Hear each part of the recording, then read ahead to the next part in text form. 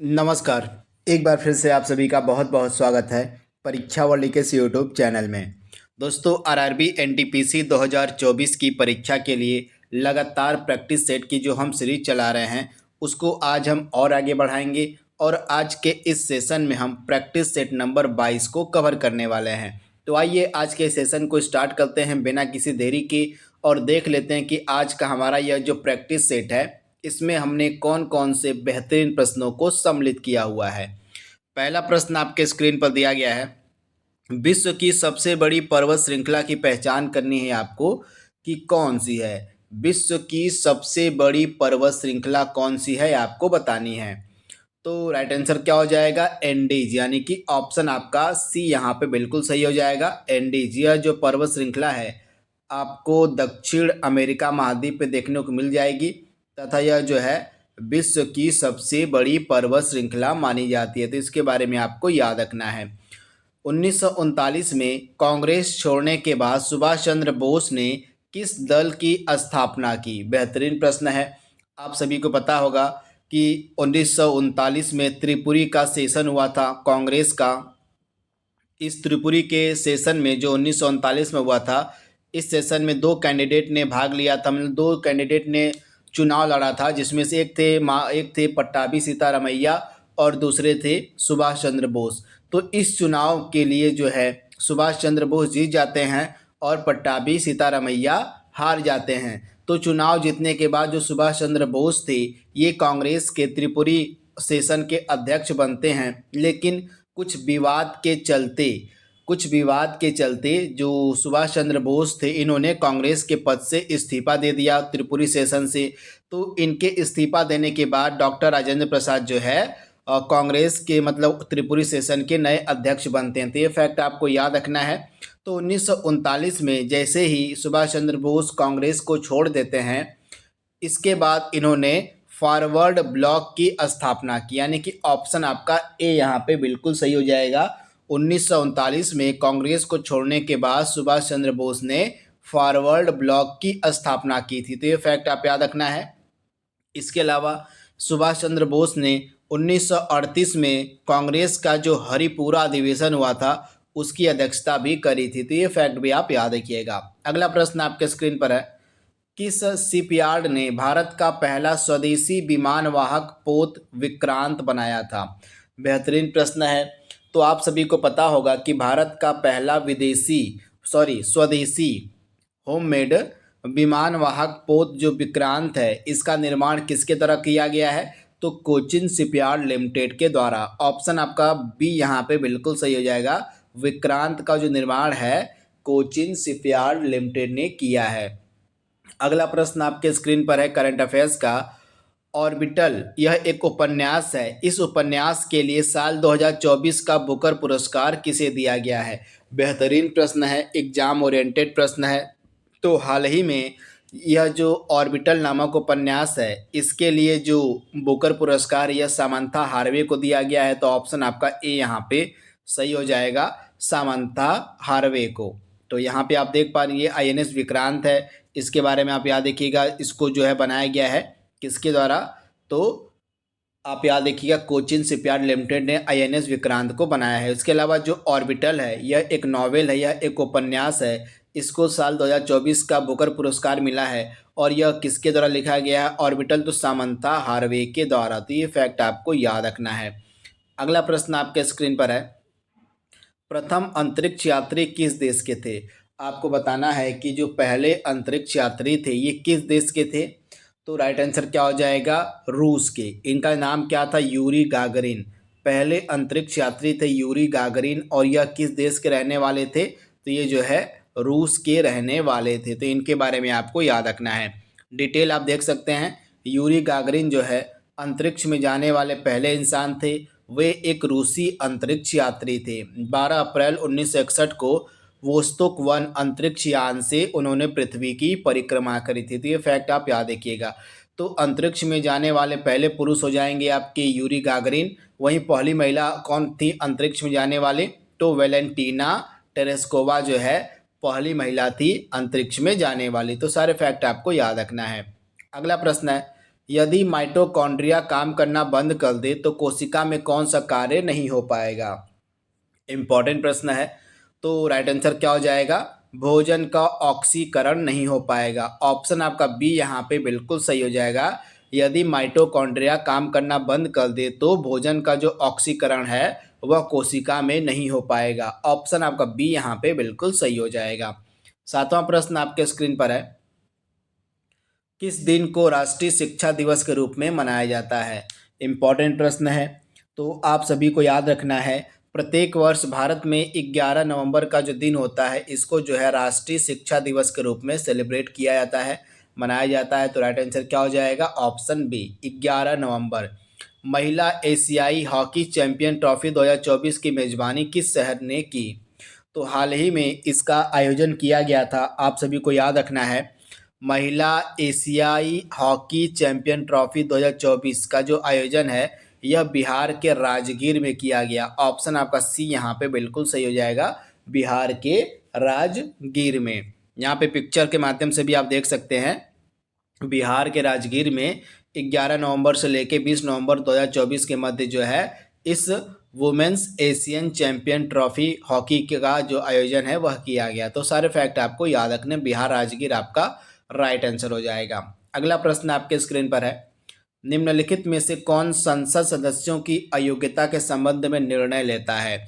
बेहतरीन प्रश्न है। तो संसद सदस्यों की अयोग्यता के संबंध में निर्णय कौन लेता है? लोकसभा स्पीकर, यानी कि ऑप्शन आपका डी यहाँ पे सही हो जाएगा। वर्तमान में हमारे लोकसभा स्पीकर कौन है? ओम बिरला हैं हमारे वर्तमान में Lok Sabha speaker. Asiatic Society of Bengal की स्थापना किसके द्वारा की गई थी? बेहतरीन प्रश्न है। तो राइट आंसर क्या हो जाएगा? सर विलियम जोन्स, इनके द्वारा जो है 1784 ईस्वी में, ये डेट भी आप याद कर लीजिए, वर्ष 1784 ईस्वी में एशियाटिक सोसाइटी ऑफ बंगाल की जो स्थापना है सर विलियम जोन्स के द्वारा की गई थी। अगला प्रश्न आपके स्क्रीन पर है। 2011 की जनगणना के अनुसार किस राज्य का जनसंख्या घनत्व सबसे कम था? यहाँ पे 2011 के जनगणना के डेटा के अनुसार बात की गई है। तो राइट आंसर क्या हो जाएगा? सबसे कम जनसंख्या घनत्व किसका था? अरुणाचल प्रदेश का था। ऑप्शन आपका सी यहाँ पे बिल्कुल सही हो जाएगा। आप लोगों को कमेंट बॉक्स में बताना है कि 2011 की जनगणना के अनुसार सबसे अधिक जनसंख्या घनत्व किस राज्य का था। इसका जवाब आपको कमेंट बॉक्स में देना है। 1908 में बाल गंगाधर तिलक को कितने वर्ष की जेल हुई थी? तो आप लोग याद रखिएगा, मांडले में इनको जो है जेल हुई थी बाल गंगाधर तिलक को 6 वर्ष की। तो आप याद रखिएगा 6 वर्ष की जो है इनको जेल हुई थी 1908 में। तो ये फैक्ट आपको याद रखना है। 13वां प्रश्न आपके स्क्रीन पर है। अंग्रेजों द्वारा भारतीयों को 1947 में सत्ता हस्तांतरित किए जाने के समय कांग्रेस के अध्यक्ष कौन थे? तो मेनली पूछा क्या गया है कि आज़ादी के समय कांग्रेस के अध्यक्ष कौन थे? तो राइट आंसर क्या हो जाएगा? जेबी कृपलानी। ऑप्शन आपका डी यहाँ पे बिल्कुल सही हो जाएगा, आप लोग याद रखिएगा।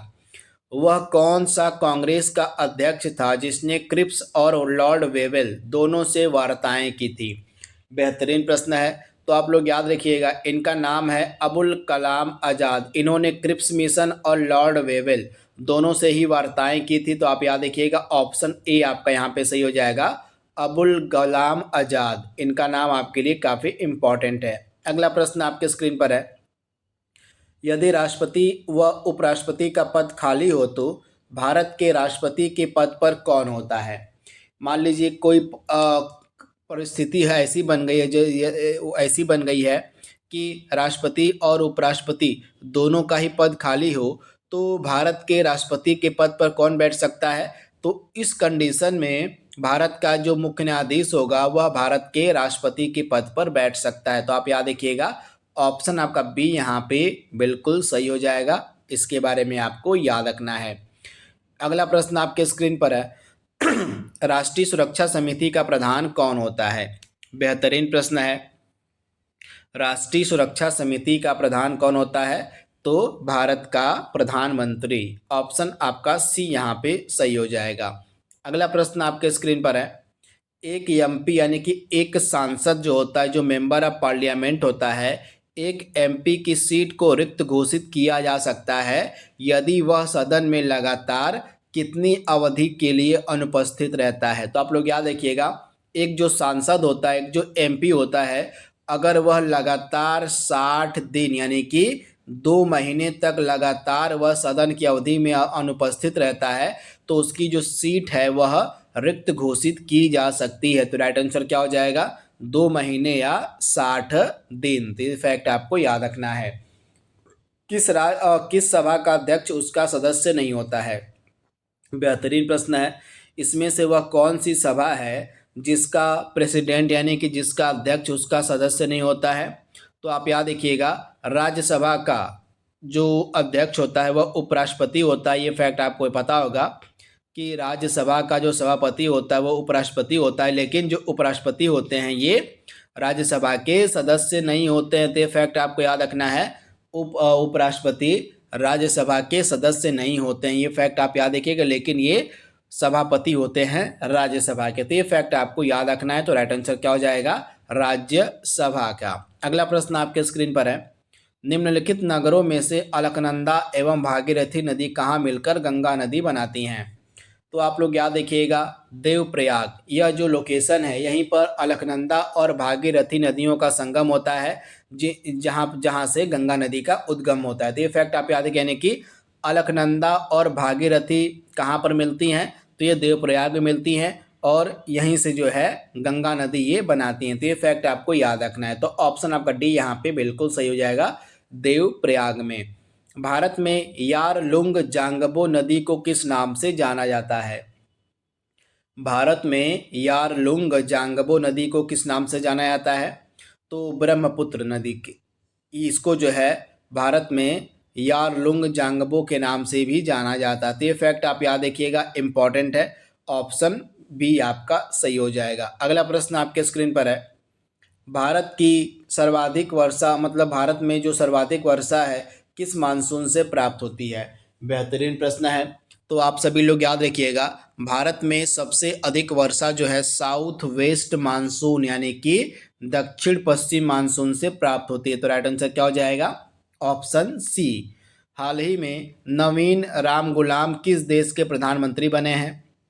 तो राइट आंसर क्या हो जाएगा? मॉरिशस के। ऑप्शन आपका डी यहाँ पे बिल्कुल सही हो जाएगा। मॉरिशस के नए प्रधानमंत्री बने हैं नवीन राम गुलाम, यानी कि ऑप्शन आपका यहाँ पे डी बिल्कुल सही है। मॉरिशस जो है हिंद महासागर में स्थित एक द्वीपीय देश है। यहाँ पे आप देख पा रहे हैं, यहाँ एक द्वीपीय देश है। इसकी राजधानी क्या है? तो पोर्ट लुइस है। तो ये फैक्ट भी आप याद रखिएगा, और यह हिंद महासागर में स्थित है। तो सारे फैक्ट आपको याद रखने हैं। अगला प्रश्न आपके स्क्रीन पर है, पौधों को सबसे अधिक पानी जो है किस मिट्टी से मिलता है? जो पौधे होते हैं, जो प्लांट्स होते हैं, उनको जो पानी है सबसे ज़्यादा किस मिट्टी से मिलता है? तो आप लोग याद रखिएगा, चिकनी मिट्टी से। ऑप्शन ए आपका यहाँ पे सही हो जाएगा। एक परमाणु के केंद्र में धनावेशित हिस्सा क्या कहलाता है? तो इस प्रश्न का राइट आंसर क्या हो जाएगा? न्यूक्लियस। न्यूक्लियस जो होता है एक परमाणु के केंद्र में धनावेशित हिस्सा होता है। तो राइट आंसर क्या हो जाएगा? न्यूक्लियस। Option D. 25वां प्रश्न आपके स्क्रीन पर है, एक ठोस से सीधे गैस में परिवर्तन को क्या कहा जाता है?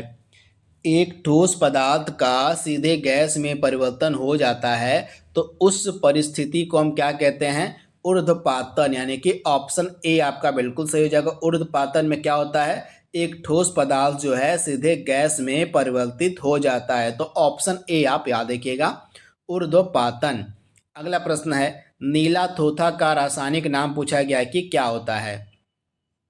तो नीला थोथा का रासायनिक नाम क्या होता है? Copper sulphate. ऑप्शन बी आपका बिल्कुल सही हो जाएगा, कॉपर सल्फेट। 27वां प्रश्न आपके स्क्रीन पर है, सिरके का रासायनिक नाम यहाँ पे पूछा गया है कि क्या होता है?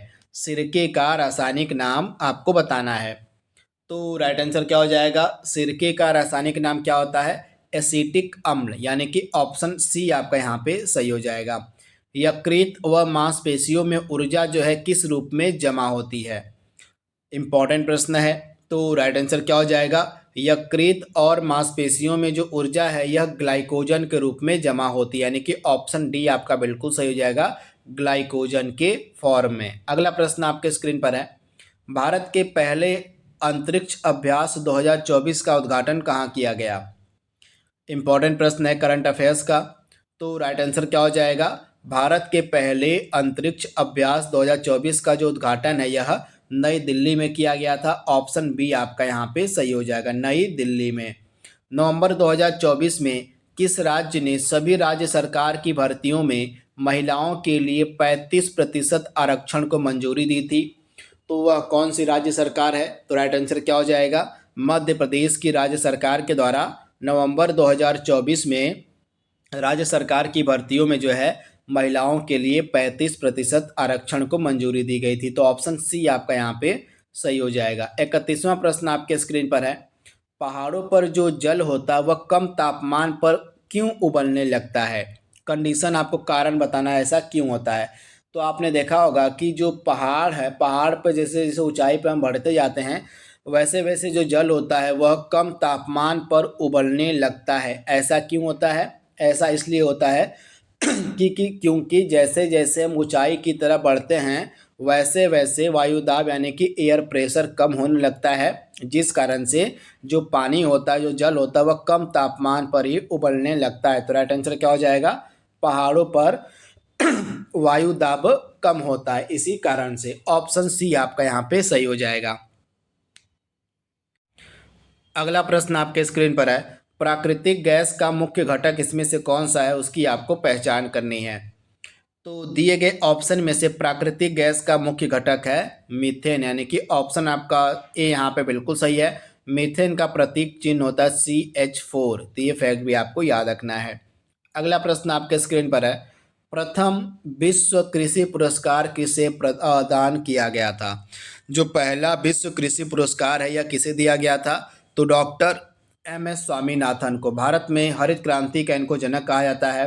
भारत में हरित क्रांति के जनक डॉक्टर MS स्वामीनाथन को जो है पहला विश्व कृषि पुरस्कार दिया गया था। तो ये फैक्ट आप याद रखिएगा।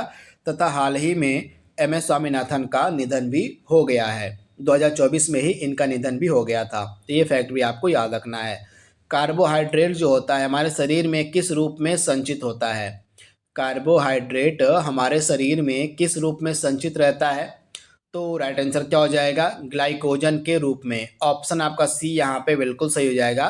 कार्बोहाइड्रेट हमारे शरीर में ग्लाइकोजन के रूप में संचित रहता है। ऑप्शन सी आपको याद रखना है। 35वां प्रश्न आपके स्क्रीन पर है, अग्निशमन वस्त्र जो है किससे बनाए जाते हैं? जो अग्निशमन वस्त्र होते हैं ये किससे बनाए जाते हैं?